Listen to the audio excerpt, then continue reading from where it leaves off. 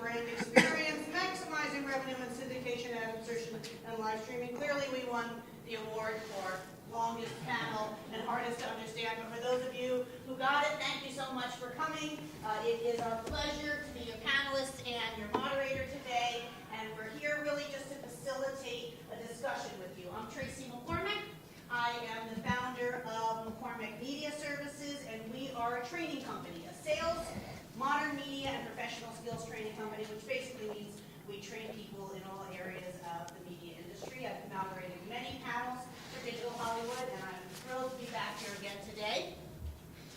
With me, sorry about some of the names are not the exact correct. Oh, they fixed them. Excellent. All right. So I'm joined by a very esteemed group of panelists today who I'm going to introduce in 1 minute. I got a couple of housekeeping notes.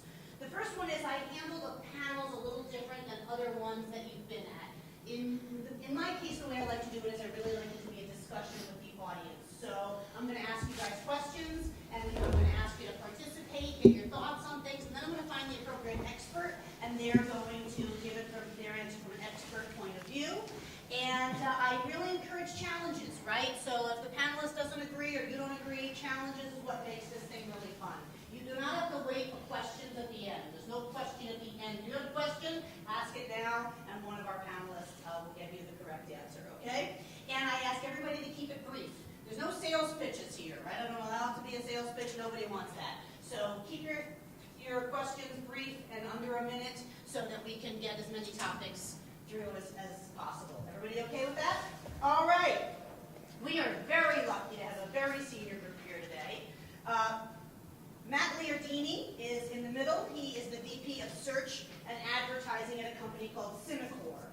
Now, Matt's responsible for monetizing their entire platform through search and advertising, but what they really do is they are an end-to-end solution. Let's suppose a company, broadcasters, anybody doesn't have a website or mobile app. They white label, private label their solution and help everybody end-to-end. They also do the very cool, you ever go to HBO and it says, you need to authenticate, and it says, please go to hbo.com/activate. They built all of that technology and the system that allows you to authenticate and activate your cable through another platform. How'd I do on that? You did fantastic. All right. So right to my right is Amy Helfand. Amy is the founder and CEO of a company called Family, and they are a leading family-focused video network, kind of an MCN, right? A family-friendly MCN. They have an entire roster of global lifestyle influencers, professional athletes, marquee brands, and they're trying to share positive family experiences through premium digital video. They've got 16 million monthly uniques, 250 million video views a month. Amy is the founder, and her success has come from keen business acumen and understanding what the new niche properties are going to be. Where's Mike Lawson? Right to her right is Mike Lawson. He is an account director at Sawyer Studios. Sawyer Studios is an ad agency. Mike is an account director. He runs the LA office. And they have mostly entertainment industry clients, but everything they do, whether it's traditional or non-traditional, is done with data-centric focus to it. Is that right? Would you say that? Yeah, just about. Yeah. Then all the way at the end is Matt Wilkinson. Matt is the global head of brands at a company called Myriad. Myriad is a very cool company that has figured out a way to take brand images and put them right into the content of a show. So shows that you know and have seen, now the brand image is in there organically and seamlessly. You would never know that that product wasn't already part of the show. So you'll hear from that why that's making such a big deal with advertisers and broadcasters and all those properties. We're actually going to see a few video examples from Matt today, too, of how that works.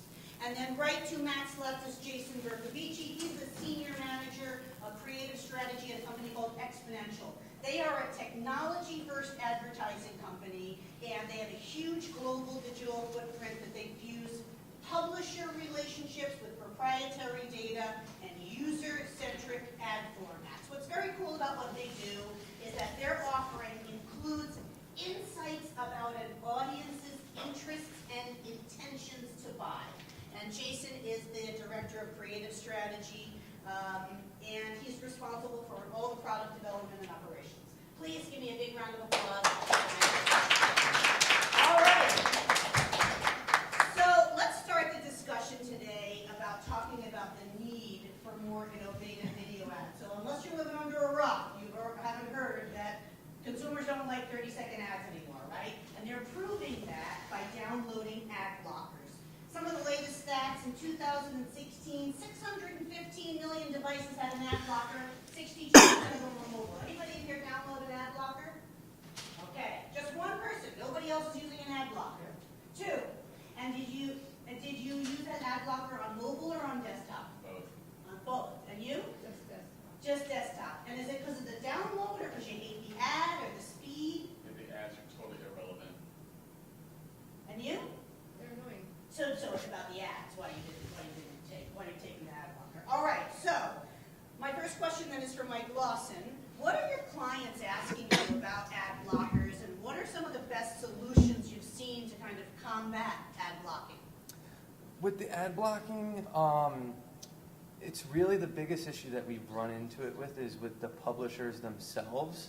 With our DSP, we're constantly blacklisting sites that we've seen, ad blocking behavior or fraudulent activity, or we're just not seeing, the scale that we'd like. And we're working with partners like, IAS and Peer 39 and Grapeshot to ensure that, we're avoiding, fraudulent activity and avoiding, the ad blocking stuff. Yeah.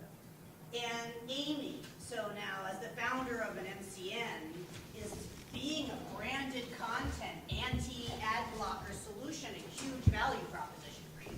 It really is, because we're able to integrate the client's, product or service or, whatever they're offering into our creative.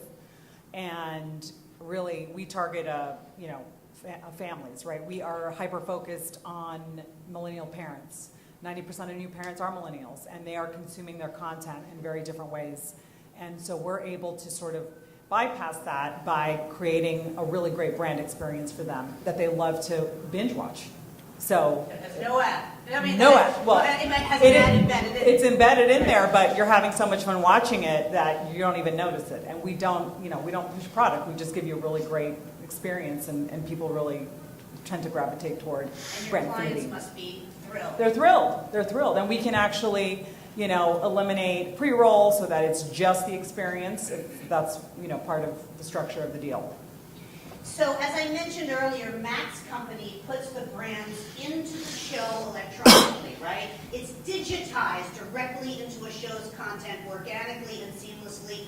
Matt, can you tell us more about how the technology is being received by content providers and advertisers? We're going to show a clip, but I'd like to hear from you first how it really works. So I think before we talk about that, I think we had the folks in the audience said that you have ad blockers because you don't want to be advertised to. And I think we all agree that that's the case. But from recent research, and consumers, especially millennials, actually don't mind being advertised to as long as it's relevant to what they're interested in and what's a cultural fit for the content they're watching.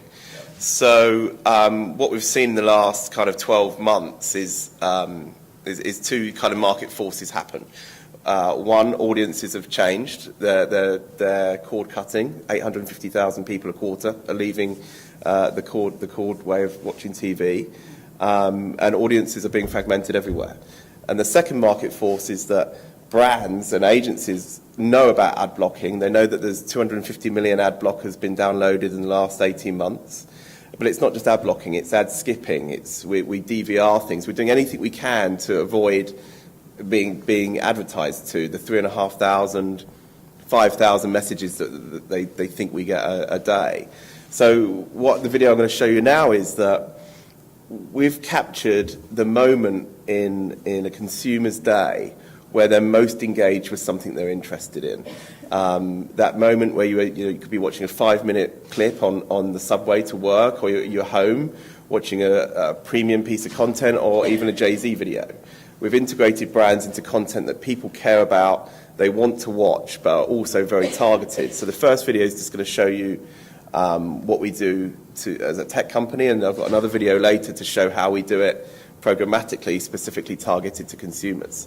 Should we just watch the... Up no ceiling when we in our zone. I got that sunshine in my pocket, got that good soul in my feet. I feel that hot blood in my body when it drops. Ooh, I can't take my eyes off of it, moving so phenomenally. You're more like the way we rock it, so don't stop. Under the lights, everything goes. Nowhere to hide when I'm getting you close. So hopefully that makes sense. And what we've done here is we have partnerships with Fox, NBC, other premium content providers around the world, and we're integrating these brands in 72 hours. So we take content in, analyze it for brand opportunities, and then send it back to them for distribution. And it's really the most, we work with Moat to show that this is really the most viewable ad there is, because you're not making a cup of tea or coffee or distracted. This is the time when you're most engaged with watching and consuming content. So let's move on and talk about programmatic and hence data, because it's a part of a lot of discussions, and so it won't be any different on this panel. But for the audience, how do you feel about the knowledge that the World Wide Web is collecting your data and doing it to sell you more relevant personalized ads? To what Matt was talking about, if you're okay with being advertised to, but you want something that's relevant, or the only way they can do that is to collect your data. So are you okay with that, or you still feel like this is an invasion of your privacy? Okay with it. You're okay I'm with not commenting on that because I'm not technically I'm a millennial. So when it comes to certain ads that are searched to me, I do care that it is relevant to what I like. However, I do search a lot of stuff. So time to time, there will be things that slip through that I really don't care about it. However, I don't use an ad blocker because some of them can be that viruses and stuff, and I'm aware of that. But when it comes to search inquiries, I think that most people, they're aware of it only subconsciously. So they kind of know that, you're... Sometimes I'm afraid to search something, so I'm like, oh great, I'm going to get a bunch of ads for this now, and I don't really care about it, so I'm going to use another browser. Definitely. But do you want to answer a question? Please do. Actually, I'm sorry, I can't remember your name in the middle of it. Mike. Mike, sorry, Mike. You mentioned that you blacklist sites that have fraudulent activity and behavior. Like, what warrants that? Because I feel like maybe a lot of sites could have fraudulent activity or non-unique visitors. So, and if it's a site that maybe might be well known, like Men's Health, for instance, and that would have a lot of ads, sort of for men, which would help Men's Health, but I don't know exactly how. So if we're seeing like an abundance of impressions and clicks on maybe one particular site or one particular geo, we will hammer down into that and see, like for instance, we had a campaign about a year ago, and it was like we had 3 campaigns all in 1 week, and we were seeing that Ohio was our highest performing geo. Now, Ohio for indie films and movies isn't, the go-to place for entertainment. And we hammered down into that, and there was this little zip code in Cleveland, Ohio, that all the clicks and all the impressions were coming from, and there was a couple sites that we were seeing all this coming from, and we were like, let's just turn off that zip, and then everything normalized out afterwards. But it's really,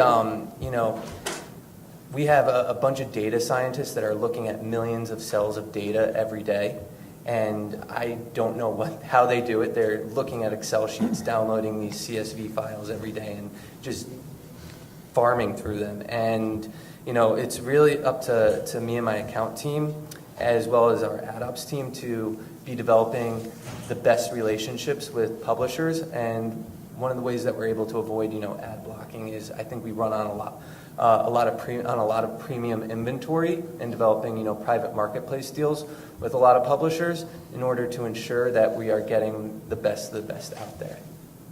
So this is a good segue back to getting back to programmatic and about data. Today, by the way, data is like the central command unit of programmatic advertising, and it's supposed to be 90% of all digital digital by 2030. So for Matt Giardini, what changes are going to take place over the next 3 to 5 years that are going to bust the doors wide open for programmatic? Yeah, I think the biggest thing, and we all kind of feel it, is it has to be consumer friendly, and you have to have a universal ID. Because effectively with the universal ID, me as a consumer, I now know what I'm being targeted for. And in your use case where, listen, I don't want to search for something because I want to be retargeted, you should have that where it's centralized. Be like, you know what? I already did book my trip to New York. I don't need a hotel anymore. Right. Let me opt out of that. But I would love to see, deals for upcoming 4th of July, rentals.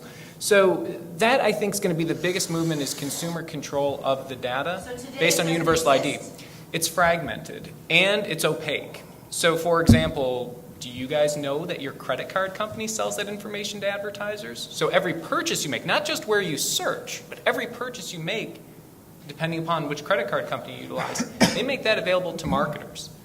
And that, to me, are part of things where the fine print, it's not going to work for a millennial age, which says, I think we've all seen, I think it's the Charles Schwab commercial, correct if I'm wrong, somebody else says, well, your broker fees. Well, I don't care about my broker fees anymore. I want to know. I'm not opposed to advertising. I just use an ad block because it's irrelevant to me. But if you give the consumer more control, and I think that happens if you create a universal ID, granted, you're always going to have some walled gardens, whether that be Facebook, Google, or others. But for everybody else, there's got to be a way to normalize it. And I think that in and of itself will make advertising perform better because the consumer is now involved in the process. So that's great for Jason next. Jason, how do you see advertisers now using this data to do exactly what he's suggesting, which is deliver relevant and engaging experiences, not just to deliver ads, but to deliver these relevant experiences? How are advertisers using data to do that? Yeah, so that's a good question. I think that's two questions, right? How are people using data to deliver relevant ads, and then how are they making these ads into experiences and not just like, oh, it's an ad, right? So there's a couple ways they do that. In order to deliver relevant ads, what we see a lot of is a lot of lookalike modeling. And so what that means is we will look at the entire internet and categorize the content into thousands and thousands of granular topics. And then we'll ask an advertiser, who is the person you're trying to reach? So say you're a t-shirt, somebody selling t-shirts online. So you could look at a group of people who've actually bought t-shirts from you. And then we could look at all of the different topics of content that these people have looked at. And we have a machine analyze thousands of combinations of common behaviors. And then once we understand the commonalities between the people who are buying your product, we can look at people across the entire internet and tell you with a pretty high degree of certainty how many people would be a likely consumer for you and how likely they are to buy. And so you could use this data to say people who are, say, 50, 100 times more likely than the average person to buy a t-shirt from you, to show them a message like a coupon or buy now messaging. And people who are maybe 10 to 20 times more likely, you could show them a branding message. And you can get very specific on how to do this based on the signal or the initial group of people you analyze. How do you make the ads into experiences? Is a lot of user experience design testing, A/B testing, to ensure that the ads are enjoyable, easy to use, respect the consumer experience, and so we do a lot of that as well. Now, Matt's company's created something called computer vision technology, and you're going to have to do a better job of explaining this than I am. But if I'm understanding this correctly, the technology is data for the content creator to do kind of what Jason is talking about, but not from the advertiser side, from the creator side. So the algorithm, and I'm going to show you a video of it, interprets how the scene visually unfolds so that the digitally inserted assets mimic the same movement of the show. It's kind of like programmatic for video advertising, right? Is that right, man? Yeah, that's near enough. So I wish we did invent computer vision technology. So computer vision technology is actually what they use in self-driving cars. The ability to take on board or download huge amounts of video content and analyze it from a 3D video to a 2D video, process it, and then put it back out. So what we've done at Myriad, and we've got scientific geniuses that have been studying this for many years, is apply this to premium content that you saw before. So I think if I show you the next video, I can kind of walk you through. This is a very sort of shortened clip of what we normally show. So this is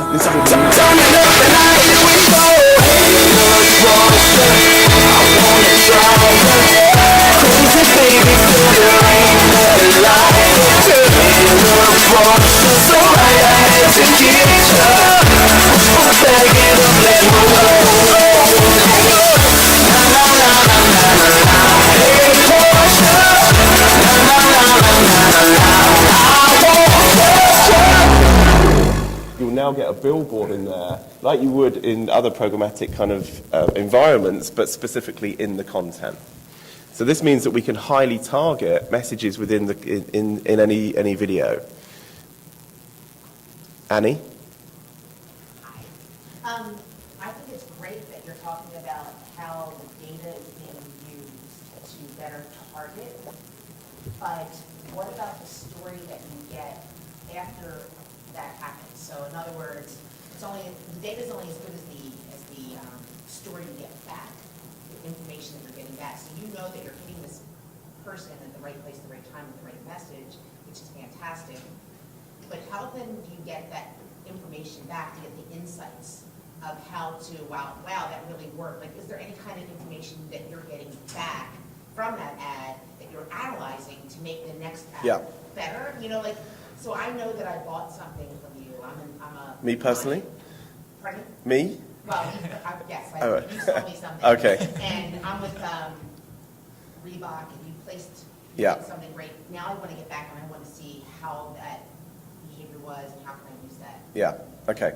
So there's a number of different ways we do that. Firstly, I already mentioned Moat. So Moat is measuring the viewability of that particular integration. We put a beacon in, we drop a pixel into every integration, so we know how much of that particular integration's been watched. So we know that if it's a 3-minute, Jay-Z video, and we put Budweiser in there, and it's at 1 minute, then we know how many people have got to 1 minute and how many watched that integration. So are you just doing this digitally right now? No, we do it. Broadcast or? No, so we do both. We're kind of agnostic into how we work. So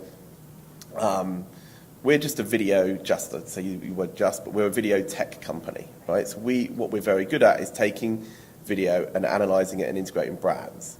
We're reliant on our partners, the NBCs, the Foxes, the Yokus in China or Globo in Brazil, to use the APIs and match with their company. So the examples that we saw in the first video were Modern Family on Fox, How I Met Your Mother, so premium shows. So we plug into on the digital space, we plug into what their capabilities are, what their platform are. And then on the linear side, which is ultimately, still our biggest business, it's still $72 billion in the US is spent on there, then we use Millward Brown or Nielsen to do insights and research on the effectiveness of that specific ad unit. Okay. So through like a Millward Brown, you're able to get the... Yeah, there's more traditional, I'd say traditional. Can you optimize out to get smarter with your... We are, but we're dependent on our platform partner. So, we create a -1 of a video, or -2, -3, depending on the different brands, and then we can derive the analysis from the partner. They'll give us that data. All right, let me shift over to the topic of brand safety for a minute. Brand safety is nothing new, but all of a sudden, everybody understand how this brand safety topic could have come up recently? No? So, but somehow between things like influencers like PewDiePie from Sweden making anti-Semitic remarks, he's an influencer, right? He's one of the largest influencers on YouTube. He's making some anti-Semitic remarks, and then advertisers are finding out that because of programmatic or whatever, their ads being served through Google are running in front of ISIS videos, and are running in front of pornography, and are running in front of all kinds of other content that isn't safe for their brand. So all of a sudden, as if this is something new, brand safety has come up. So my first question, and by the way, at the upfronts last week, every single upfront presentation talked about brand safety. And the broadcasters were saying, by the way, to you digital people, you want to be safe again? We've always been safe. We monitor where everything is being safe, and you put yourselves at risk. So come back to where it's safe, right? So to the audience, do you ever see ads, even if it's running? The other day, I opened up, I wanted to see the Manchester thing, and they're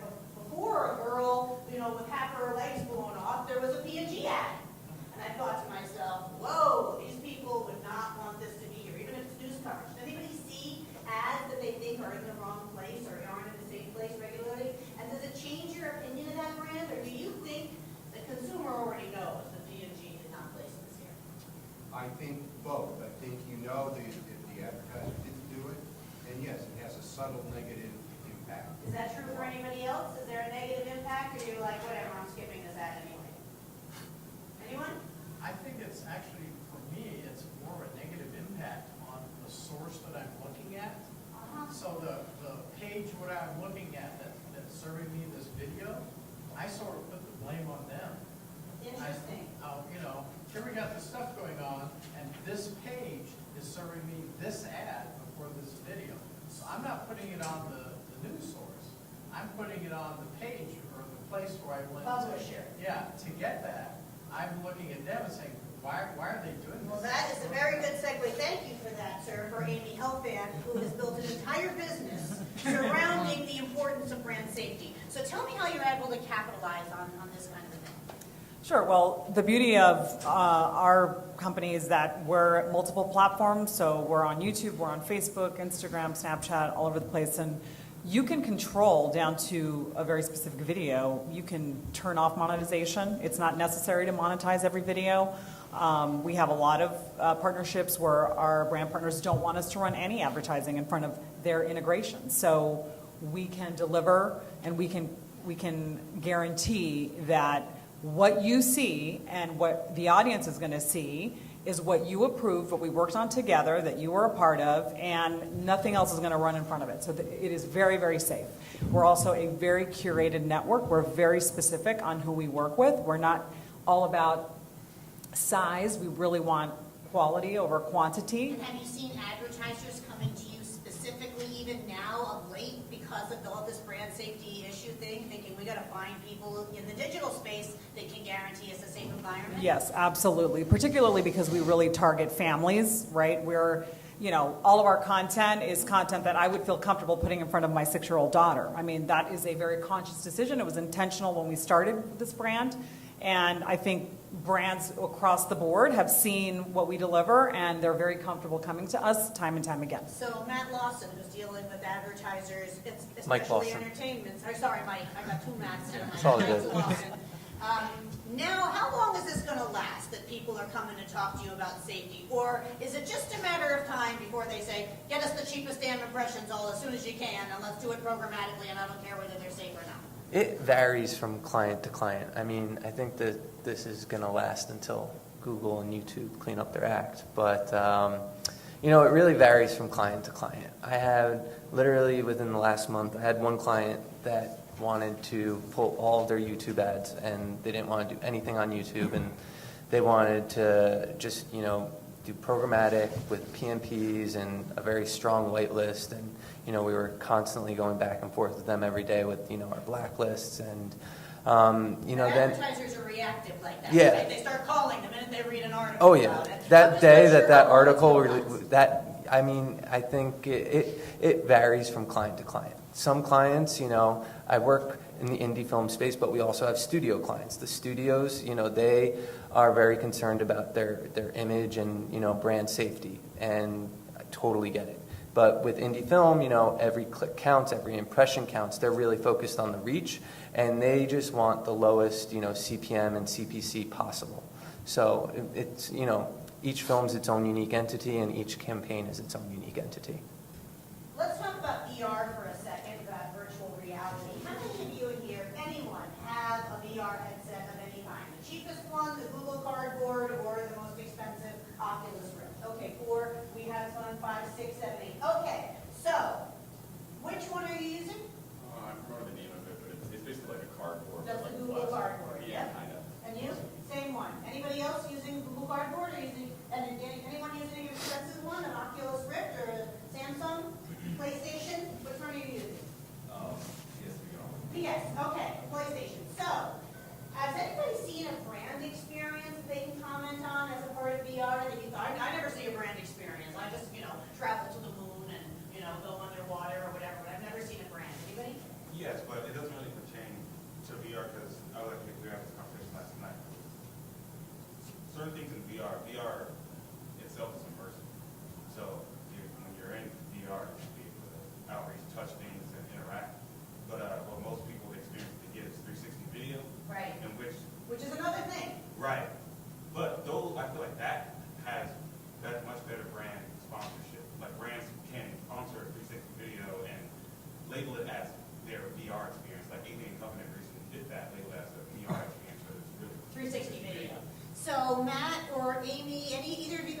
a VR brand experience that you can talk about that's been successful? And the answer could be no. If you say, nope, it's all crap, that's fine by me. I'm just looking for an example of people you're working with that could give us a good brand experience. We haven't actually gone to market with a VR product, but we have had brands ask us, a car brand ask us, can we do what we do in 2D video in 3D? And it's a slight development of the technology, but we can put billboards and cars into VR.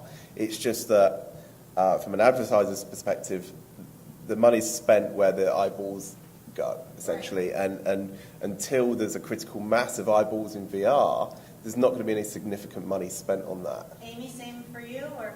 I mean, I think it would work well in travel and adventure, content. We had a brand that requested that we, under the parents would love to have eyes on the back of their head concept, wanted us to develop, it's just not there yet, so. So Jason, my question then, is it the scale or the cost of the headset? What are the other VR obstacles that's going to slow this down? And when is it going to take off? Is it in 1 year? Is it in 5 years? When is it going to be there?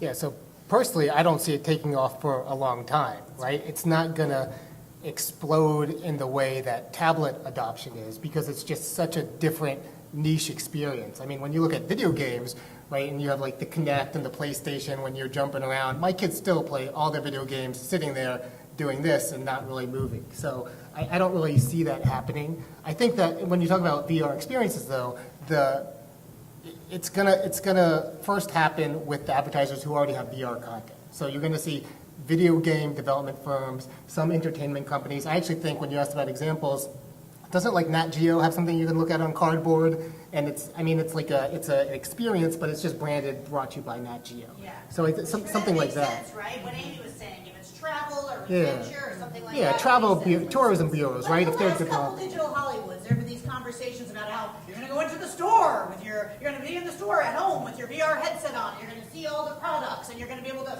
go in the Verizon store and see. I haven't seen any of that happen. And the people that I have seen put millions of dollars in it get 500 views because the eyeballs aren't there yet. Yeah, that's right. The headsets are too expensive. I mean, I just think the cost of entry to get the massive amount of eyeballs. Except there's one for But, $12. yeah, say it's really cheap, right? Are you going to sit there, like, put it on at night and ignore everybody around you? It's a chicken and an egg thing. I think people need to be able to afford the good headsets, and I think the content needs to, and the experience needs to evolve. And I just don't think we're there yet on both sides, but I think that there's a lot of companies that are working on that, and even Facebook, where I think there's a lot of innovation that's going to happen. Facebook just closed their Well, VR content studio. right. That's scary to me. But they're content studio. That doesn't mean that they're not going to still come up with ways in which they're going to. Right, they invested in the Oculus, so they must. You look- So maybe they don't see the future in content, but they see it in other ways, like more How many- utility and stuff. So I think that's coming. Jason? Sorry, I was just going to say, how many people have 3D televisions that they use, right? That was a huge push. Yeah, how often do you use that? Like 5 or 6 times, and then I get tired of Yeah, it. it's just a weird experience, and so, Matt, do you think AR has a better and more near-term future than VR? And can you tell us some examples of how you've seen AR work successfully? Yeah, I mean, AR clearly does, because right now VR is a game and AR is your life in reality, right? How many of us who are football fans, love to know how far the first down marker is, right? And how many of us are thankful that our pilots that fly us to all these events have training simulators that they can actually take live flight data and kind of work through those scenarios versus when we're actually on the plane. So I think that those are the types of scenarios that AR has very practical use cases. It saves time, it saves money, and it improves the quality of life for consumers. I think VR is still a game. Like I still think it's games, but I think augmented reality really is something that will improve the lives of a lot of people, and done on a low cost basis, and it will also entertain, right? And in the concept that we see, to reiterate kind of sports examples, I love watching English Premier League soccer. It's 90 minutes. I don't have to worry about a whole bunch of commercials at halftime. But what they're doing is integrating advertising into that experience, no different than kind of Matt's company is saying it's part of the experience. It's digitized. It's there. And eventually, as it becomes addressable, then it's actually, while I'm in my home, it knows more about me and delivers me something relevant. I don't think it's entirely addressable. I think there are portions that are probably addressable. I think the technology has to catch up, and then the data has to catch up. But all of the obstacles you guys have talked about, the thing is too much. Well, everybody has this. You're doing VR, AR on this, right? The brands want to go where the eyeballs are. Well, all the eyeballs are right here. And the brands need to get money out of it. Whoever said it's got to be able to be paid for, right? Well, you can go to the supermarket and have an AR experience with the Budweiser aisle if you want to, right? I think this has no obstacles to it, but I don't understand why it's not bigger already. To me, the AR experience should be already much bigger than it is, right? Yeah, I think from a marketing perspective, it's moving traditional models, right? Because you walk into that supermarket, you got the end caps, right? You're paying for product placement. You're paying for which shelf your product's going to be on. And to change that ecosystem, it's very difficult to move the traditional models, and that's a challenge. You'd think in 2017 we would be long away from the end caps and more involved. You would think. Right? So let's talk about viewability for a second. Is there anybody in the audience that's unfamiliar with the term viewability or what it means? Anyone? Okay, so viewability is really one of the most controversial metrics in digital video today. So the debate is centered around how long did somebody watch a video ad they saw on digital? Did they watch it with sound or without sound? What should count as a view? There are some publishers that want you to see the ad 2 seconds, the video, and that should count, and they should be paid for it. And there are some advertisers who say, no, I want somebody to watch the complete video. I want it to 100% viewability, and that's what I'm going to be paid for. So we're like this long divide in between. So let's go back to Matt Bertini for a minute. Tell me what your clients are asking for in terms of viewability, and what's a fair and workable compromise between brands and publishers to achieve equitable viewability standards? Sure. Yeah, I think when you look at it, well, just so everybody generally knows, there's very few technologies that publishers have that can guarantee viewability. They don't have real-time targeting as you're probably used to with most campaigns, where if I only want my ad to run in Chicago, I will target that ad to Chicago, and there's ways of mapping an IP address. There's very little real time. What happens in a scenario is that the brands or the publishers will look at this. Historically, this placement's been very viewable, so I think that's where we'll run the campaign. So what you have is a divide, right? You have brands who demand viewability because they always thought they were getting viewability. And then you have intermediaries, we'll call them DSPs or SSPs, that are working a portfolio. So they work with multiple publishers, and so what they need is scale from certain publishers, and then they need performance from others. And then they aggregate that portfolio. Oftentimes publishers don't know which they are, right? Am I the scale play or am I the performance play? Because all they do is provide the aggregator reporting back to the client. So when we work directly with the client, absolutely they're asking for viewability. Some are demanding 100%. Most are reasonable and say, yeah, I understand that there's some waste and just involved in a lot of different things. When we work with a DSP or SSP, they just say, give me what you got. If it's close enough to above the fold, we'll figure it out. And then they come back to you and they tell you, hey, it wasn't performing. Now, how you bridge that, I think, which is equitable, is just manage expectations up front, meaning we don't have the ability to do real-time targeting as a publisher. Here's where we're going to place you. Here are the sites you're going to run on. Here are the placements you're going to run on. And here's the viewability target we want to.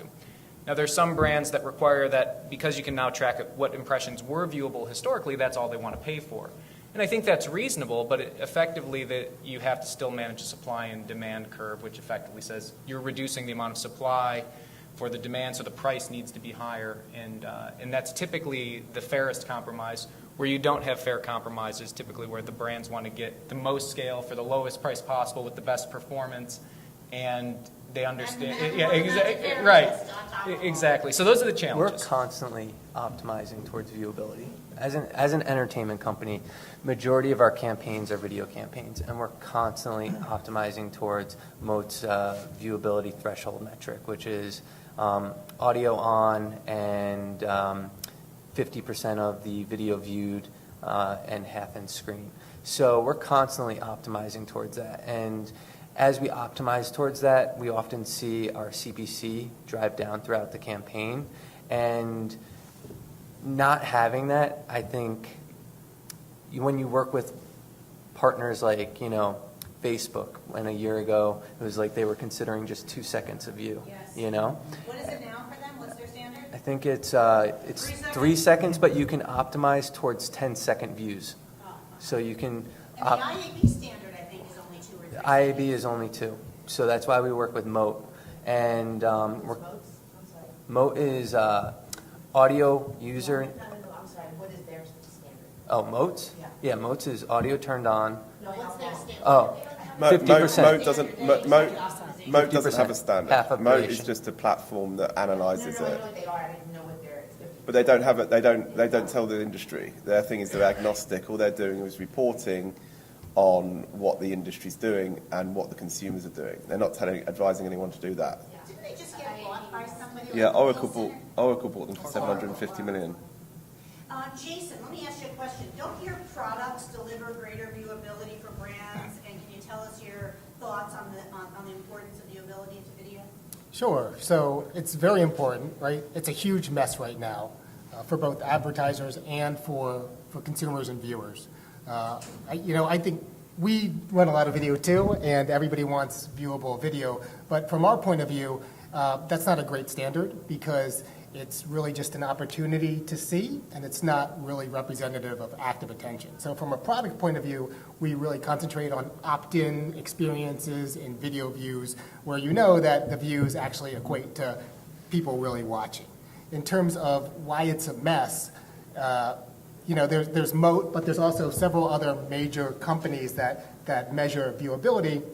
And when you look at, when you run a campaign and look at all of the vendors, what they say, there are huge, wide disagreements on what is viewable. So nobody really even knows if what Moat says or what Integral says or Google says, nobody knows if this is right. And so that's got to work itself out. And then from a publisher point of view, I don't know if you don't have commercials into your stuff, so that's great. But for most publishers, right, you have to make up for the revenue from the non-viewable ads. And so you have to cram more ads onto the page, bigger, more intrusive ads on the page. They're always refreshing and bothering consumers. So you're running your ad blocker more and more, and it's becoming a huge problem. So I agree. That is arguably the fundamental issue with viewability is that it's retroactive and it's balance sheet. So you don't see it in real time. You'll look at a site and say, wow, it has great viewability, but not go to the site, or the agency will just look at that scorecard and say that was an effective buy. What you don't necessarily see is the site, when you go to it on certain experience, especially maybe not direct navigation, but maybe via social, they've changed the experience and have loaded 6 viewable ads in that session. Now there's ways you can look at session depth and a lot of different things, but what I've seen is that many agencies don't go to that level of detail in quarterly planning. They may look at annually and readjust it. But that's one of the fundamental issues is that publishers are now incentivized to create more and more viewable inventory, refreshed inventory, rotating video ads that detriment the user experience, that forces ad blockers, but provides a viewable metric on more or less a balance sheet. We look for, Get one more topic and I just want to add to that. Yes. We look for impression level data because what you just said, and that is what our data scientists are doing, is they're looking at these million cells of data, and what we will find is that maybe there is a subfraction of a demo that we're targeting and on this site we're seeing strong viewability at this time of day on these publishers, and that is what we're going to optimize towards. Really, really getting smart and not just being like, oh, we know that site works. Well, maybe that site doesn't work from 6 to 9 a.m. and it works from 9 to 6 p.m. So really getting smart about video and having it inform strategy so everything counts and every dollar counts. Let's move on to live streaming. Only got a couple minutes left. How many people in here are participating in live streaming, either creating live streaming content or viewing live streaming? Okay, so more than half the room. So this question now is for Amy. Tell us how you're using live streaming strategically across all the different platforms. Well, a great example is we had, right before Black Friday last year, we had a brand that called us very, very, 24 hours before Black Friday, and they said, we've got product coming out for the holidays, and we know you have this brand that you guys built around Toy Dad, and parents are looking to get information on what to buy. How quickly can you turn this around? And we thought that's a perfect example of taking Facebook live streaming and making it relevant for. Is that the clip we can show? Sure. Okay, great. We have an All right, example of We're that. actually going to show a clip of what Amy's, maybe this is Toy Dad? Toy Dad, And correct. this is a Facebook Live? Yes, I was. Okay. Hey, welcome to Toy Tuesdays. Spin Master is sponsoring today's video, so big thank you to Spin Master. So today we want to talk about some things you should look for during Black Friday, during Cyber Monday. Off camera, out of frame, out of frame, out of frame. Don't know what I was thinking there. So I want to know, everyone watching, either live or in the future, of the products shown so far, which is your favorite? I'm Justin from Epic Toy Channel, and thanks for watching, and we'll see you next Tuesday. And so, Amy, you're finding that, along with wanting family friendly, how are people using these live platforms in a wanting brand safety at the same time, right? Anything can go on live, right? Well, that's the issue right now that Facebook, obviously, and a lot of these live platforms are dealing with. Things happen, and a lot of times you can't control it. Obviously, we are very curated again, and it really matters to them. And they know that, we had Greg Jennings covering the Super Bowl. That's another example of people don't want to see video of Greg Jennings covering it on Tuesday when it's happening. If he's on the 50-yard line at the Super Bowl, they want to see it right then, right now. It's not relevant on Monday. So you have to obviously, partner with content creators and networks that make sense and that are using it strategically. So that is a great segue to my question for Jason, which is, so everybody's obsessed now with this idea of creating engaging content, but how can advertisers use live streaming to ensure that their content's really engaging and that it's something people want to watch? And what are the measurement tools that you're using to prove that it's engaging, other than the vanity metrics of likes and comments, et cetera? So I'll actually say that I don't think live streaming is really a great vehicle for advertisers. It actually can be a niche medium to communicate, similar to like a sponsorship or like an influencer campaign. But when you're talking about advertisers, they don't have like hour-long ad campaigns. They have campaigns that go for days, weeks, months, right? And millions of impressions. The scale with live streaming just isn't there. And so when we've done ads to incorporate live streams into them, what we've typically done is we've added a lot of non-live stream content, like regular videos and other interactive features, and then we've included a live stream as a portion of that. But they don't want to just run this for a couple hours. They want this to go for their month-long campaign. I went to a Facebook Live conference recently, and they were like, look, Facebook Live is what organically we're going to drive. We're going to favor Facebook Live. So we need to encourage more people to do Facebook Live, to get people to have more greater time on site, right? I'm expecting that they think, I don't know, you might think no better, that they think there are going to be more advertisers to Facebook Live. Has anybody heard anything about that, or no? When they're rolling out new stuff, they give preferential viewing to that, like Facebook video ads lately is kind of a big push for advertisers to use that, so you get a lot more engagement with those now as part of their algorithm. Right. than you did before. Yeah, but live specifically, because live videos are viewed like 16 times longer than just a regular video. So I don't know. Are they? Because a lot of them are just ridiculously boring and just that was my tedious question to watch. It's not a polished brand experience. That is my question to you. How are advertisers going to do it? People are watching live videos way longer. I don't know if they're wanting to see something happen or whatever. There are times when I'm walking down the street in New York and I do a live video and I can't believe how long people are staying on, and I'm doing nothing that's engaging. I'm probably too old to get it because my kids watch people just sit there and play video games. I'm like, are you playing games? No, we're watching some guy in Denmark do it, for 40 minutes. For my last question is for the whole panel, and I always like to do the last section to call it, if I had $20 to bet on, this is what I bet on. So tell me one by one down the line, if you had $20 and you were going to bet on one topic that's going to be a big hit in the next 3 years, what would that topic be? Amy? Instagram. Instagram. Okay, Yes. next 3 years. Mike Lawson. I think all site direct inventory will be bought via programmatic guarantees. All site inventory. Well, not high impact, but your standard display and your video pre-roll, mid-roll, programmatic guarantees. Guaranteed programmatic. Yep. Matt? I think universal ad ID is probably The one we what's talked coming. about before. Yeah. Yeah, let's hope. Jason? So I don't want to scare people, but I'm certain that Netflix is going to start inserting commercials into their videos. You think so? Oh, yeah. Because they don't make any money, or not enough money.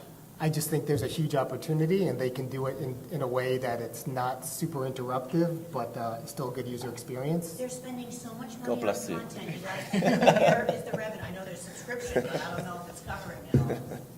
Matt Wilkinson? Augmented reality, what Apple's about to do with the iPhone 8, What is that? well, no one knows. No one? But you think there's going to be more? There's going to be a massive augmented shift in how phones are used in the next 5 years, and Apple's heavily investing in augmented reality. We have 2 minutes left. Any other questions for our panelists? Yes, sir. Apologize, I came in late, but what little I observed is awesome.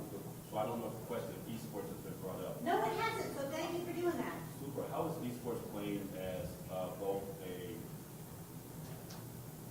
audience that's being attacked as well as how have advertisers attacked it as well? Anyone? Esports? Yeah, I think my perspective of esports is that it's been happening all the time. You just referenced an example of your kids watching other people play games. And it's become such a, I guess, community that it's going to grow. I think advertisers are going to adopt it. I think advertisers are somewhat confused because they still think it's kids. And they don't know how to message that audience. Once they determine what audience profile, I think it'll be a tremendous opportunity for sponsorship and obviously interplay. And then following those e-athletes in their experience, no different than we follow potentially LeBron James or other sports stars. To add to your point, we had a esports doc like a year ago, and what we did was we did a hyperlocal mobile campaign targeting all of the venues where all of the esports like competitions had happened in the past year, and we were able to do a look back model and look back and grab up to 45 to 75% of all the mobile IDs that were at any of these locations at these certain times a day. So it was like Jacob Javits Center on like a Saturday in October from like 10 to 3. We were able to grab all those mobile IDs, say that we want to target, adults 18 to 45 and play video games. Our DSP recognizes that user, and then we serve ads to that user on all their connected devices when they connect to an IP address. So there's opportunities like that, and then we've had clients that want to do out-of-home experiences at these e-sport venues and these competitions. It's a little pricey, but yeah, definitely the sponsorships are there. Amy Helfand, Mike Lawson, Matt